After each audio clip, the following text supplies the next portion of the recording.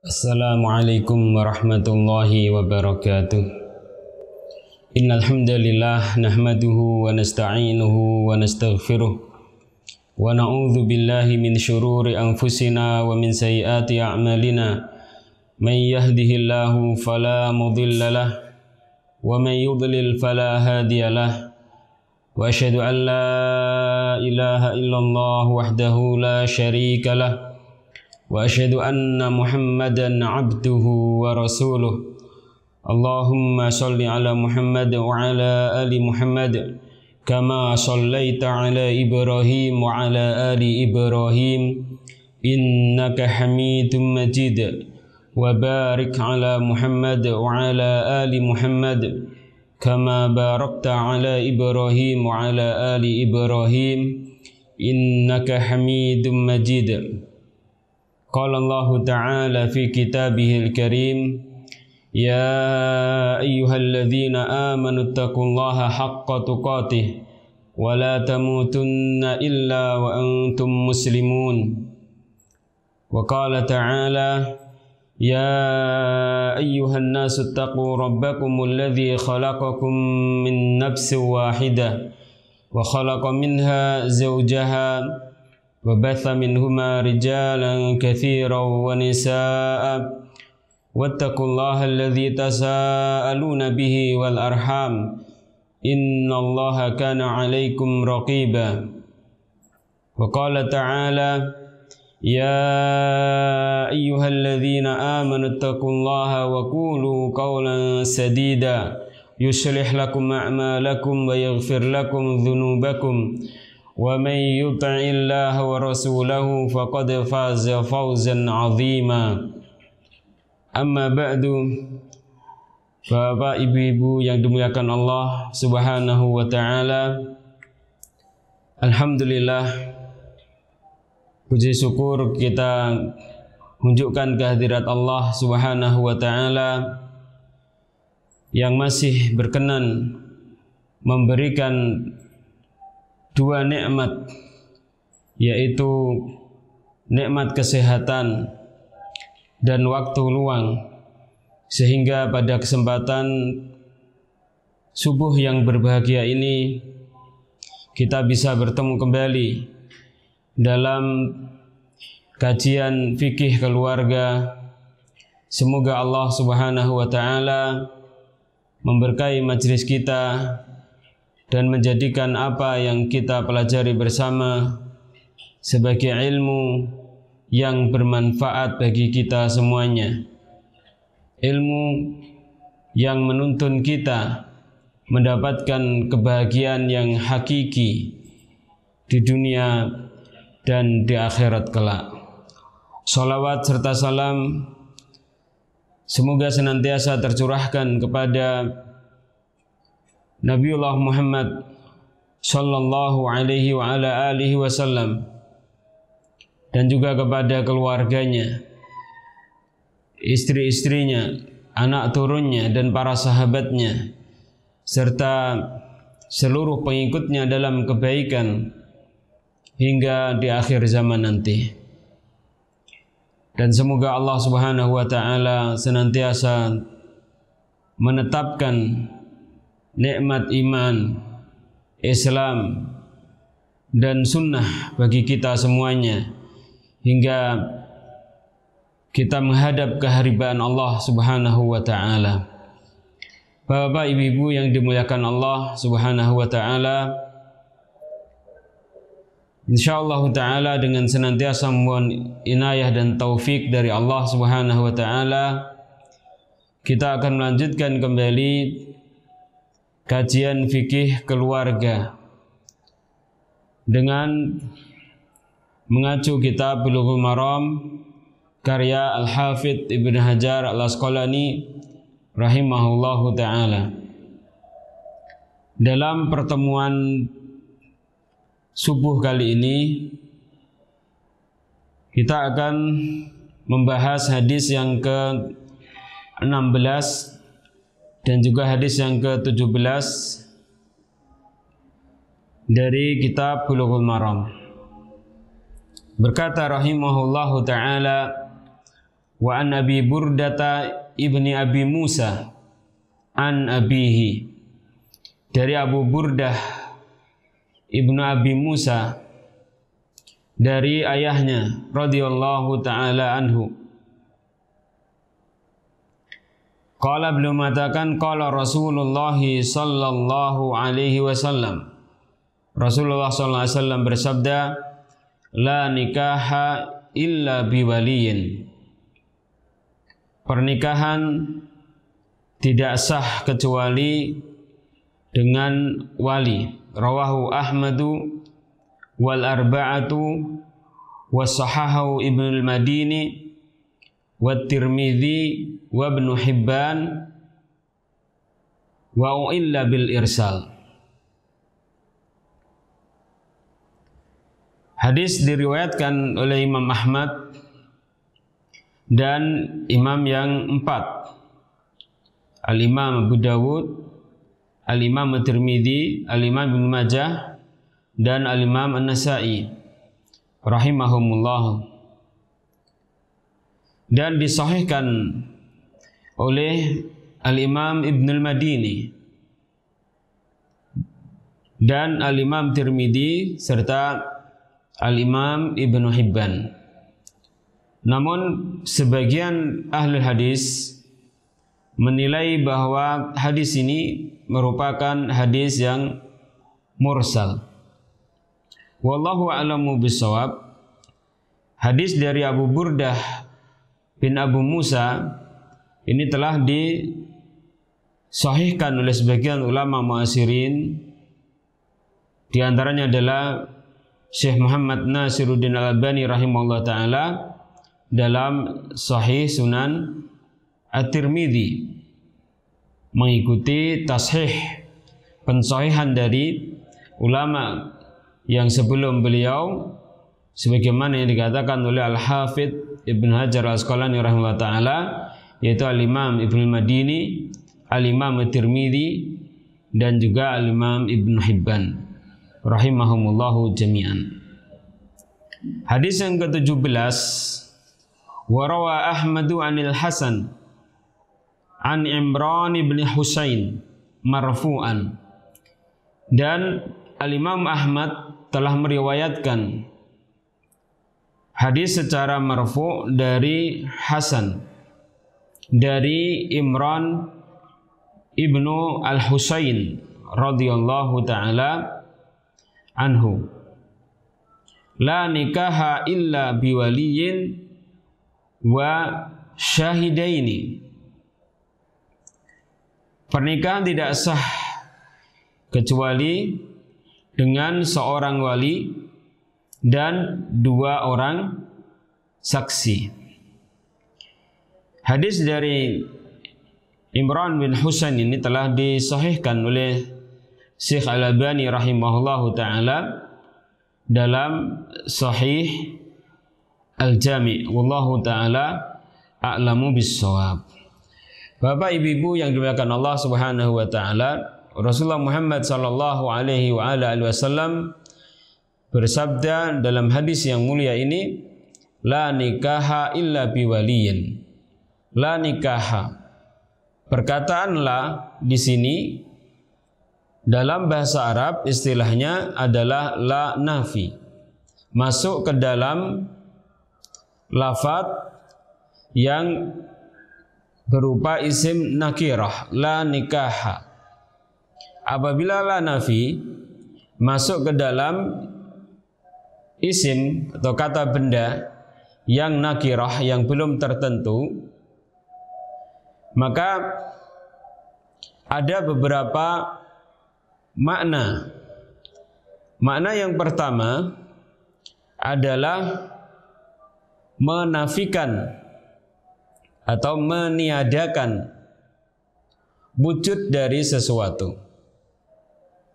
Meniadakan wujud dari sesuatu. Seperti misalnya, kalau seseorang mengatakan la rajula fil fasli, tidak ada seorang pun di ruangan kelas. Artinya tidak ada seorang pun yang maujud, yang ada di dalam ruangan kelas tersebut.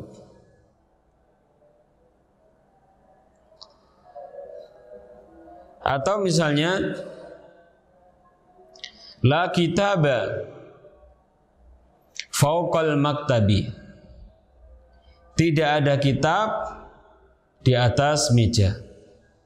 Artinya adalah la kitaba maujudun, tidak ada kitab maujud, ya, yang berwujud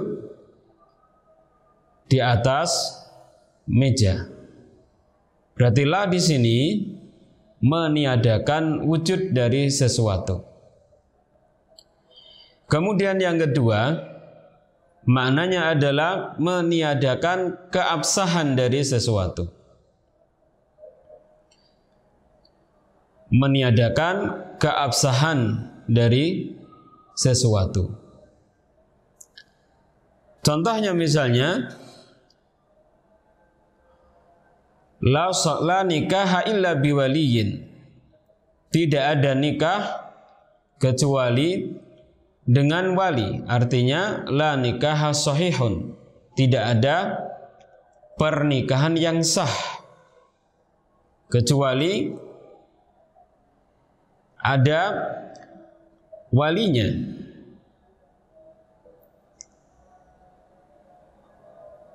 Atau misalnya kita mengatakan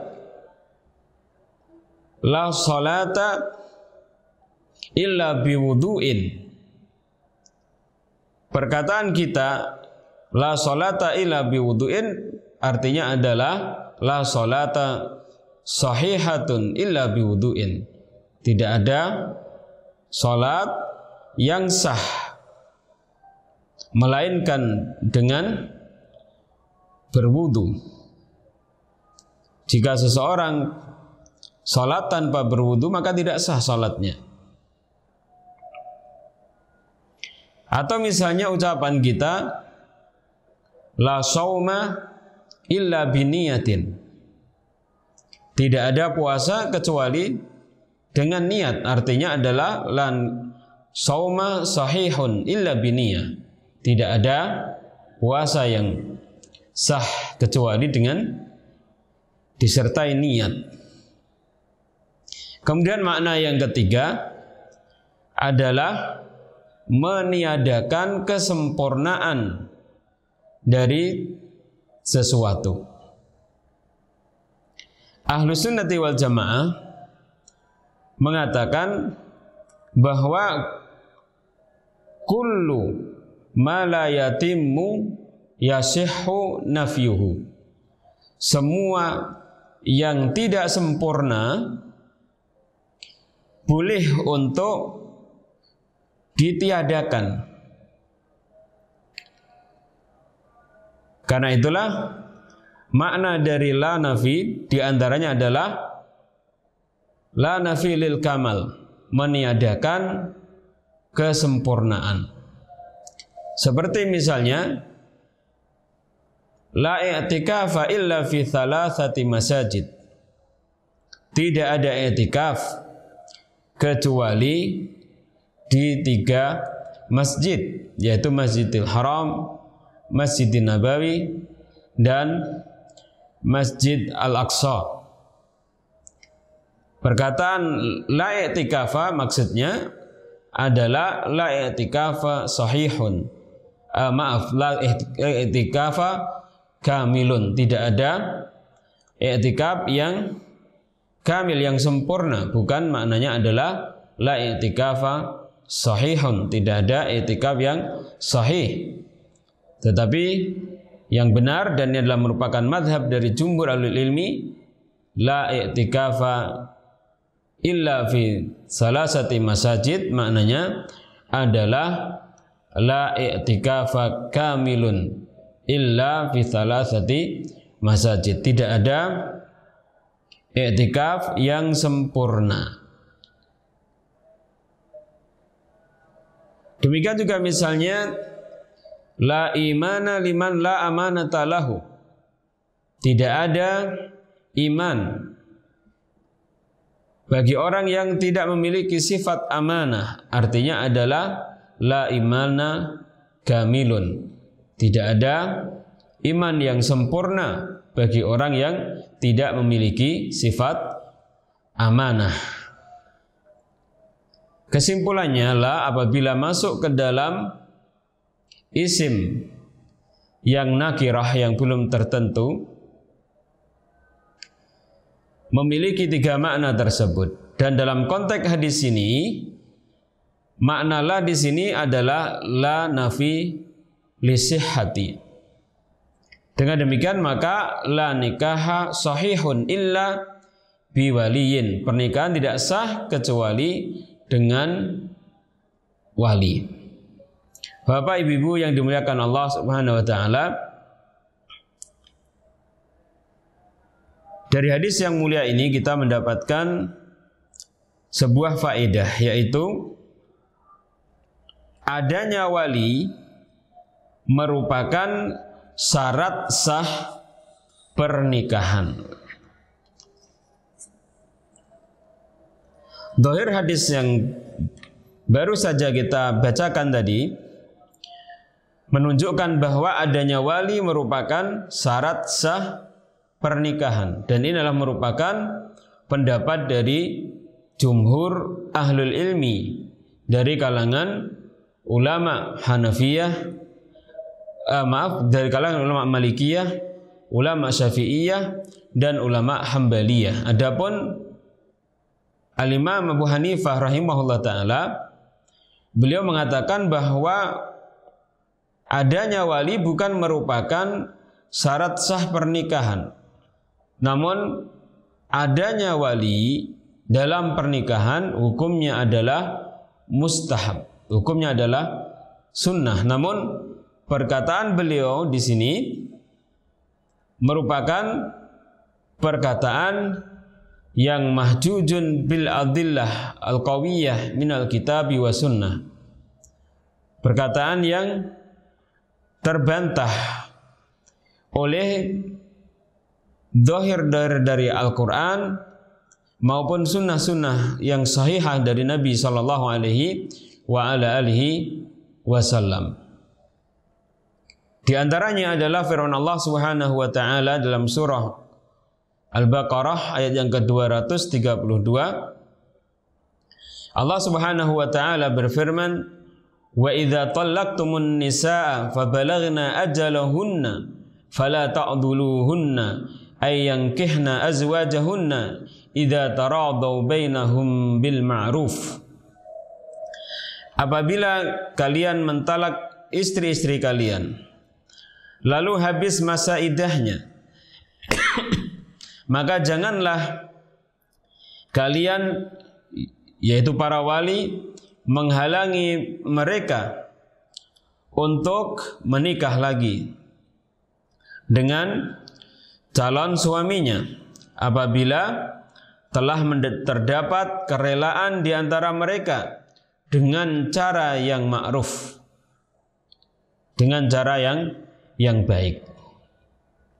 Al-Imam Al-Mawardi dalam kitabnya Al-Hawi Al-Kabir ketika membawakan ayat ini, beliau mengatakan fadallatil ayatu ala subutil wilayati min wajhaini. Ayat ini menunjukkan ditetapkannya perwalian dari 2 sisi. Ahaduhuma nahyul awliya'i an adlihinna wal adlu al man'u fi ahadi ta'wilain wat tadayyiqu fi ta'wilil akhar falau jaza lahunna tafarrudu bil aqdi lama athara adlul awliya'i wa lamma tawajjaha ilaihim nahyun. Para wali dilarang melakukan adl. Adl artinya adalah mencegah.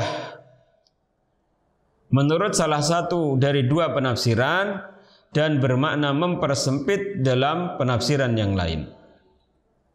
Kalau seandainya kaum wanita boleh menikahkan dirinya sendiri, niscaya tidaklah adilnya para wali berpengaruh dan tidaklah tepat diarahkan larangan adil kepada para wali. Ini sisi pendalilan yang pertama. Kemudian wasani, dan yang kedua kata beliau, qauluhu fi siyaqil ayah idza taradau bainahum bil ma'ruf. Firman Allah Subhanahu wa taala dalam konteks ayat idza taradau bainahum bil ma'ruf. Apabila mereka saling ridha dengan cara yang ma'ruf. Atau apabila telah terdapat kerelaan di antara mereka dengan cara yang ma'ruf. Beliau mengatakan wal ma'rufu ma tanawaluhul urfu bil ikhtiyari wa huwal waliyu wa syahidan. Ma'ruf adalah apa yang dicakup oleh urf, oleh kebiasaan yang berlaku secara terus-menerus dari masa ke masa dengan kerelaan, yaitu wali dan dua orang saksi. Kemudian ma'asyiral muslimin wal muslimat yang dimuliakan Allah Subhanahu wa taala, perkataan beliau tersebut juga terbantahkan oleh hadis Nabi sallallahu alaihi wa ala alihi wasallam yang sahih yang dikeluarkan oleh Al-Imam Abu Dawud, Al-Imam At-Tirmidzi, Al-Imam Ibnu Majah, dan disahihkan oleh Al-Imam Ibnu Awanah, Ibnu Hibban, dan Al-Imam Al-Hakim. Nabi sallallahu alaihi wa ala alihi wasallam bersabda, ayyuma imra'atin nakahat bi ghairi idni waliha fanikahuha batilun fanikahuha batilun. Siapa saja di antara kaum wanita yang menikah tanpa izin walinya, maka nikahnya batil. Nabi sallallahu alaihi wasallam mengatakan fanikahuha batilun, fanikahuha batilun. Maka nikahnya batil, nikahnya batil. Hadis ini merupakan nas yang sharih atas batalnya pernikahan tanpa wali. Kemudian juga ada riwayat yang lain. Nabi sallallahu alaihi wa ala alihi wasallam mengatakan, la tunkihul mar'atu al-mar'ata wa la tunkihul mar'atu nafsaha wallati tunkihu nafsaha hiya az-zaniyatu. Seorang wanita tidak boleh menikahkan wanita yang lain dan tidak boleh pula menikahkan dirinya. Dan seorang wanita tidak boleh menikahkan wanita yang lain, tidak boleh pula menikahkan dirinya sendiri. Kemudian wallati tunkihu nafsaha hiya zaniyah, dan wanita yang menikahkan dirinya sendiri adalah seorang wanita yang berzina. Nabi sallallahu alaihi wa ala alihi wasallam tidaklah memperbolehkan seorang wanita menikahkan seorang wanita dan seorang wanita menikahkan dirinya sendiri. Dengan demikian, maka perkataan Al-Imam Abu Hanifah rahimahullah ta'ala mahjujun bil adillah as-sahihah minal kitab wa sunnah terbantahkan dengan dalil-dalil yang berasal dari Al-Quran dan Sunnah Rasul Muhammad Sallallahu Alaihi Wasallam, maka dengan tetap senantiasa kita menghormati kedudukan beliau sebagai seorang ulama kaum muslimin, maka kita katakan bahwa perkataan beliau dalam hal ini adalah perkataan yang lemah, dan pendapat jumhur ahlul ilmi yang lebih kuat yaitu adanya wali merupakan syarat sah dalam pernikahan. Kemudian faedah yang kedua yang bisa kita dapatkan dari hadis yang mulia ini adalah dalam pernikahan harus ada 2 orang saksi. Ma'asyiral muslimin wal muslimat yang dimuliakan Allah Subhanahu wa taala, dalam masalah adanya 2 orang saksi dalam pernikahan, apakah merupakan syarat sahnya pernikahan atau bukan merupakan syarat sahnya pernikahan? Sebagian ulama mengatakan, dan ini pendapat yang dikuatkan oleh Syekhul Islam Ibnu Taimiyah rahimahullah taala dalam sebagian penjelasan beliau dalam Majmu' Fatawa. Beliau mengatakan bahwasanya yang terkuat dari pendapat ulama yang ada, adanya saksi bukan merupakan syarat sah pernikahan. Namun apabila kita meneliti madhab dari jumhur ahlul ilmi, mereka mengatakan bahwa adanya saksi merupakan syarat sah pernikahan.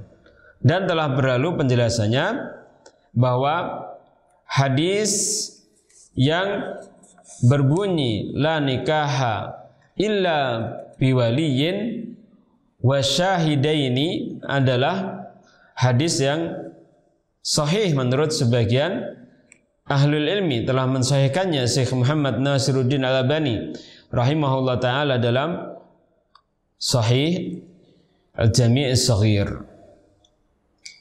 Kita lihat perkataan dari para ulama yang menyatakan bahwa saksi merupakan syarat sah dalam pernikahan.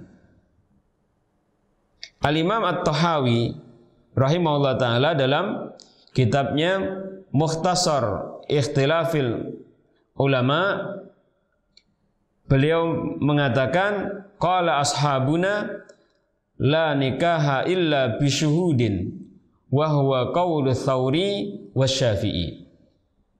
Sahabat-sahabat kami, maksudnya adalah para ulama yang bermadhab sebagaimana madhabnya Al-Imam Abu Hanifah. Mereka mengatakan tidak sah nikah kecuali dengan adanya saksi-saksi, dan ini adalah merupakan pendapat dari Al-Imam Sufyan Ats-Tsauri dan juga Al-Imam Asy-Syafi'i. Al-Imam Ibn Abi Zaid Al-Maliki, ya, beliau mengatakan wala nikaha illa biwaliyin wa sadaqin wa syahidai adlin fa illam yushhida fil aqdi fala yabni biha hatta yushhida. Tidak ada pernikahan kecuali dengan wali, mahar, dan 2 orang yang adil. Jika tidak ada 2 orang saksi yang menyaksikan pernikahan, maka tidak dianggap pernikahannya sampai disaksikan oleh 2 orang yang adil. Al-Imam Syafi'i rahimahullah ta'ala dalam kitabnya beliau mengatakan wala yajuzun nikahu illa biwaliyin wa syahidai adlin wa ridal mankuhati wan nakihi. Tidak ada pernikahan kecuali dengan wali dan 2 orang saksi yang adil dan keridhaan mempelai wanita dan laki-laki. Al-Imam Ibnu Qudamah rahimahullah ta'ala dalam kitabnya Al-Mughni, dan beliau adalah merupakan salah satu ulama dari kalangan ulama Hambaliyah. Beliau mengatakan, inna nikah la yanaqidu illa bi syahidaini. Sesungguhnya pernikahan tidaklah sah kecuali dengan 2 orang saksi. Hadzal masyhuru an Ahmad. Ini adalah merupakan pendapat yang masyhur dari Al-Imam Ahmad. Wa ruya dzalika an Umar wa Ali wa huwa qaulu bin Abbas wa Sa'id bin al-Musayyib wa Jabir bin Zaid wal Hasan wa Nakhai wa Qatadah wa Thawri wal Auza'i wa Syafi'i wa ashabir ra'yi.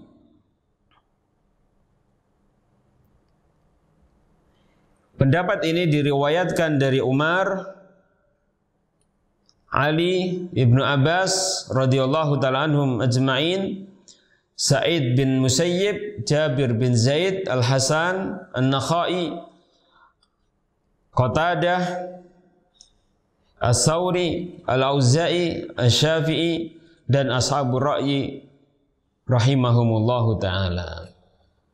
Al-Imam Ibnu Hazm rahimahullah ta'ala, salah satu tokoh ulama dari kalangan Dhahiriyah, dalam kitabnya yang terkenal yaitu Al-Muhalla bil Athar, beliau mengatakan, wala yatimmu nikahu illa bi ishhadi adlaini fasa'idan au bi'lanin amin fa in istaktama syahidani lam yadurra dzalika syai'a.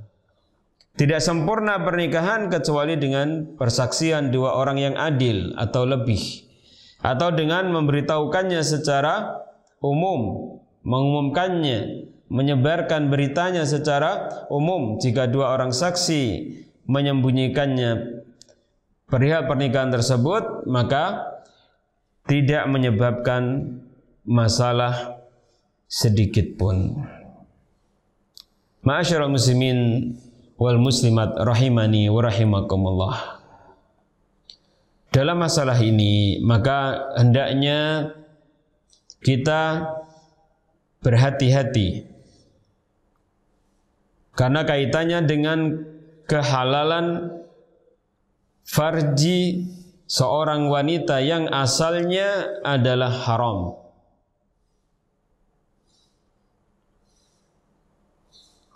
Wal aslu fil abda'i wal luhumi, ya. Hukum asal dari farji dan juga luhum, daging-daging, hukum asalnya adalah haram bagi kita.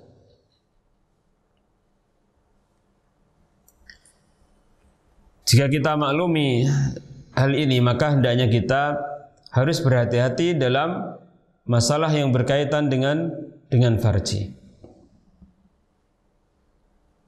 Sehingga ketika terjadi perselisihan ulama yang seperti ini, jumhur ahlul ilmi mengatakan bahwa saksi merupakan syarat sah pernikahan. Sebagian ulama yang lain mengatakan bahwa saksi bukan merupakan syarat sah pernikahan. Maka hendaknya kita berhati-hati, hendaknya kita ihtiyat dengan mengikuti pendapat kebanyakan dari ulama. Karena apabila kita mengikuti pendapat kebanyakan dari ulama tersebut, maka pernikahan kita dianggap sah oleh kebanyakan ulama dan juga oleh para ulama yang mengatakan bahwa saksi bukan merupakan syarat sah pernikahan.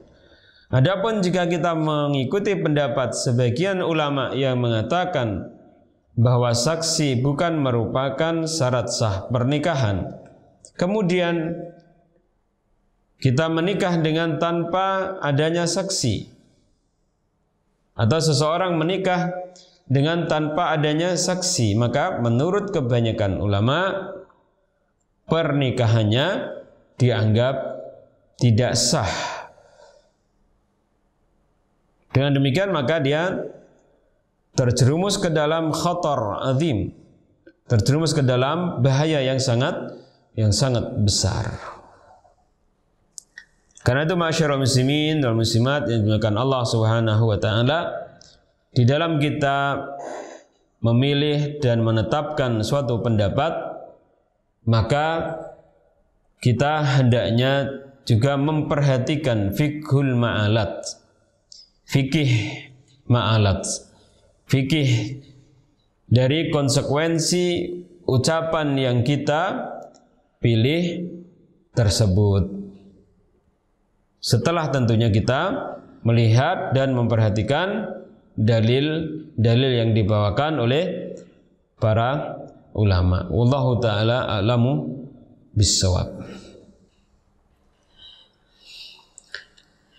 Bapak ibu-ibu yang dimuliakan Allah Subhanahu wa taala, selanjutnya marilah kita lihat sebagian masalah yang penting seputar masalah wali. Insyaallah dalam masalah yang penting seputar masalah wali ini kita lanjutkan di pertemuan yang akan datang. Namun sebagiannya kita pelajari pada kesempatan subuh kali ini. Masalah yang pertama adalah tentang urutan wali dalam pernikahan. Dalam mazhab Syafi'iyah yang diantaranya disebutkan dalam fikih al-manhaji al-madhab Imam Syafi'i, disebutkan bahwasanya urutan wali dalam pernikahan adalah yang pertama adalah bapak. Kemudian yang kedua adalah kakek dari bapak. Dan yang ketiga adalah saudara laki-laki yang sekandung. Yang keempat adalah saudara sebapak. Yang kelima adalah anak saudara laki-laki sekandung, ini keponakan. Kemudian yang keenam anak saudara laki-laki sebapak. Dan yang ketujuh adalah saudara kandung dan bapak atau yakni paman. Itu istilahnya orang Jawa adalah Pak D. Yang kedelapan adalah saudara bapak yang satu ayah, ini paman yang satu ayah, ini Pak D. Dan kesembilan anak laki-laki dari paman kandung, anak laki-laki dari paman kandung. Kemudian yang kesepuluh adalah anak laki-laki dari paman sebapak. Dan kemudian saudara laki-laki dan seterusnya. Ya. Jika memang tidak ada wali-wali yang disebutkan di atas, maka yang berhak untuk menikahkan seorang wanita adalah hakim, sebagaimana sabda Nabi SAW, fal sultanu waliyuman la waliyalahu. Pemimpin tertinggi di suatu negeri muslim adalah wali bagi yang tidak memiliki wali. Ma'asyiral muslimin wal muslimat yang dimuliakan Allah Subhanahu wa taala, di dalam urutan wali tadi tidak disebutkan anak kandung. Dalam mazhab Syafi'iyah, anak kandung tidak dapat menjadi wali bagi ibunya.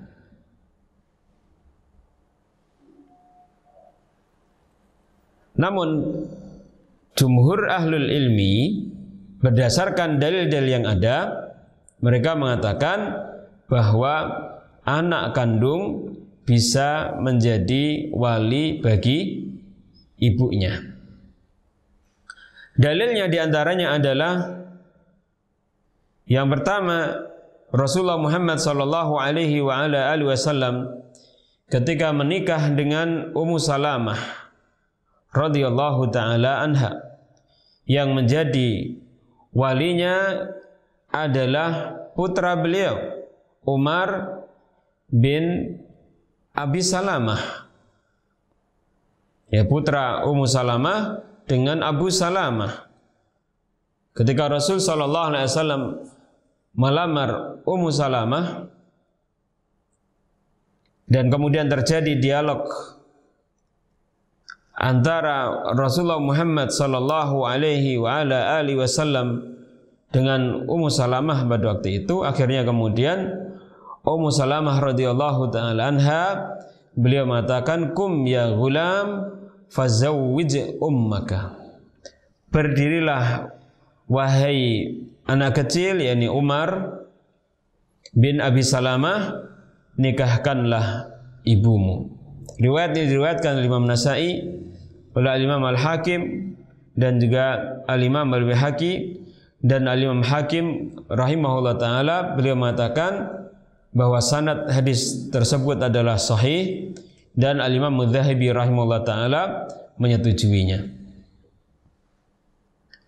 Kemudian yang kedua, diriwayatkan bahwasannya ketika Ummu Sulaim menikah dengan Abu Talhah radhiyallahu taala anhuma, yang menjadi walinya adalah Anas bin Malik radhiyallahu taala anhu, dan Rasul Muhammad sallallahu alaihi wasallam mengetahui peristiwa tersebut, dan Nabi sallallahu alaihi wasallam tidak mengingkarinya. Kemudian jumhur ulama mengatakan bahwa anak dari seorang wanita adalah pewarisnya secara asabah. Pewarisnya secara asabah. Artinya apabila ashabul furud telah mendapatkan bagian dari warisan, kemudian masih tersisa, maka sisanya tersebut diambil oleh ashabut ta'sib, yang diantaranya adalah anak laki-laki. Ya, anak laki-laki ini mewarisi secara asabah. Kalau dia sendiri, maka dia menghabiskan semua harta. Ya, dia menghabiskan semua harta. Seorang wanita meninggal, hanya meninggalkan seorang anak, tidak ada ahli waris yang lain, maka harta wanita tersebut diambil oleh anaknya tersebut. Kalau seandainya laki-laki dan wanita, maka dia asabah bil ghair, sehingga hartanya dibagi antara anak laki-laki dan anak wanita yang ditinggalkan oleh wanita tersebut. Kalau seandainya kemudian berbenturan antara bapaknya dan anaknya, maka yang menjadi asabah adalah anaknya, bukan bapaknya. Dengan demikian, dari sisi asabah, seorang anak lebih kuat daripada bapaknya. Oleh karena itu, karena anak dari seorang wanita adalah pewarisnya secara asabah, dia bisa menjadi wali bagi ibunya sebagaimana bapaknya. Bahkan sekali lagi, asabahnya dari sisi warisan lebih kuat dibandingkan bapaknya. Wallahu ta'ala a'lamu bis-shawab. Bapak ibu-ibu yang dimuliakan Allah Subhanahu wa taala, demikian yang bisa kita pelajari bersama pada kesempatan subuh kali ini. Insyaallah hal-hal yang penting yang lainnya yang berkaitan dengan masalah wali kita pelajari pada pertemuan yang akan datang. Semoga yang kita pelajari bersama diberkahi oleh Allah Subhanahu wa taala. Ada salah dan kurangnya, semoga Allah Subhanahu wa taala mengampuninya, dan semoga Allah Subhanahu wa taala senantiasa menuntun kita semuanya di atas jalannya yang lurus. Usini wa iyyakum bittaqwallah faqad fazal muttaqun. Wa sallallahu wasallam ala sayyidina wa habibina wa imamina wa syafi'ina wa qurrati ayunina Muhammadin wa ala alihi wa sahbihi ajma'in. Wa akhiru da'wana anil hamdulillahi rabbil alamin. Wassalamu alaikum warahmatullahi wabarakatuh.